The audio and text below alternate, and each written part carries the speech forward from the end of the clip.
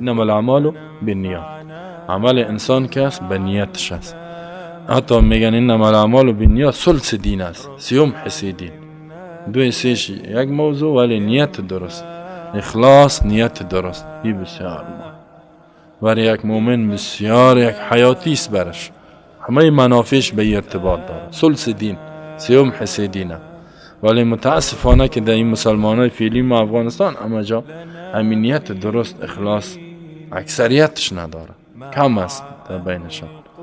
کل به خاطر میغسیالی و شریکی و قومی و بد نگوین و بدنام میشیم و بیابرو میشیم، آبرو و غیر آبرو، این همی چیزا. مرده که میموره از مسقاتش گرفته و تا روز اول و روز دو و روز سه و ختم و 40 سال، کلش به خاطر چیز؟ آبرو. بی آبرو نشیم، بی عزت نشیم، مردم دوما میزنه، باش که مردم نگویه که چطور شد، هیچ خشک و خالی بود.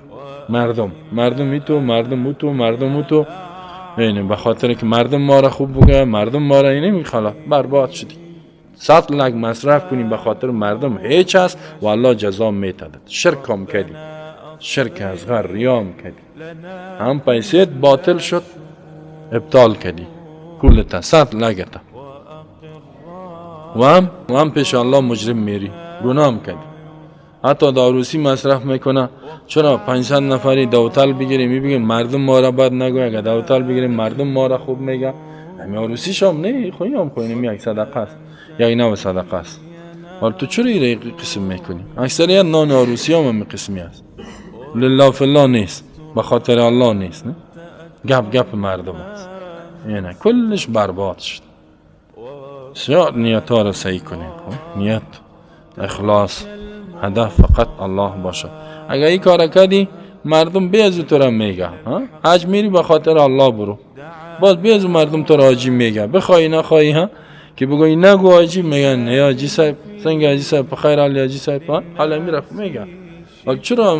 ولی اگر به خاطر میکردی که باش مردم ما را حاجی بگه، او ثواب همه چیز حجت برباد شد، حجت باطل شد.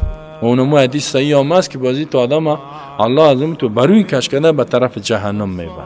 بروی حدیث صحیح است، خواندیم نه؟ قاری قرآن میاد میگه قرأتو فیک یا الله، به خاطر تو قرآن خواندم. میگه نه کذبت، دروغ میگی، به این خاطر خواندی لیقال لک قاری، برای تو قاری گفته شد. مردم در دنیا قاری گفت عزت تکدن، ختمه و اسقاطا و یار زدی، برو دیگه گفت خلاص. در ختم رمضان هر جای عزتت شد، برو جهنم. یسحب فی النار، بروی کش کردن میشه به طرف آتش. حدیث صحیح. حاجی میگه اش کردم به خاطر رضای تو، الله میگه کذبت، دروغ گفتی، به خاطر ازی کردی که مردم بر تو حاجی بگوید و او گفتش ثواب تا در دنیا گرفت، باز بروی به طرف آتش میره. صدقه دهنده هم میگه به خاطر تو یا الله دادم.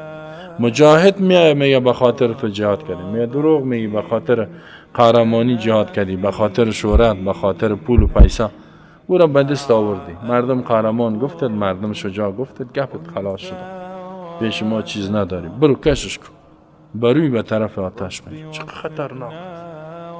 جهاد بکو، برو در جهنم. صدقه و مال تا مصرف کو، قرآن بخوان، حفظ کو، برو به جهنم. حج برو بیت الله، برو به جهنم. چرا؟ در انما الاعمال بالنیات، ثلث دین. من فکر میکنم نصف دین از دیگه، نه؟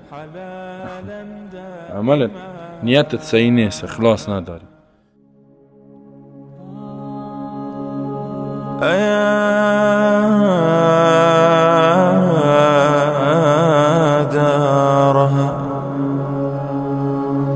أيا دارها حييت دارا ومن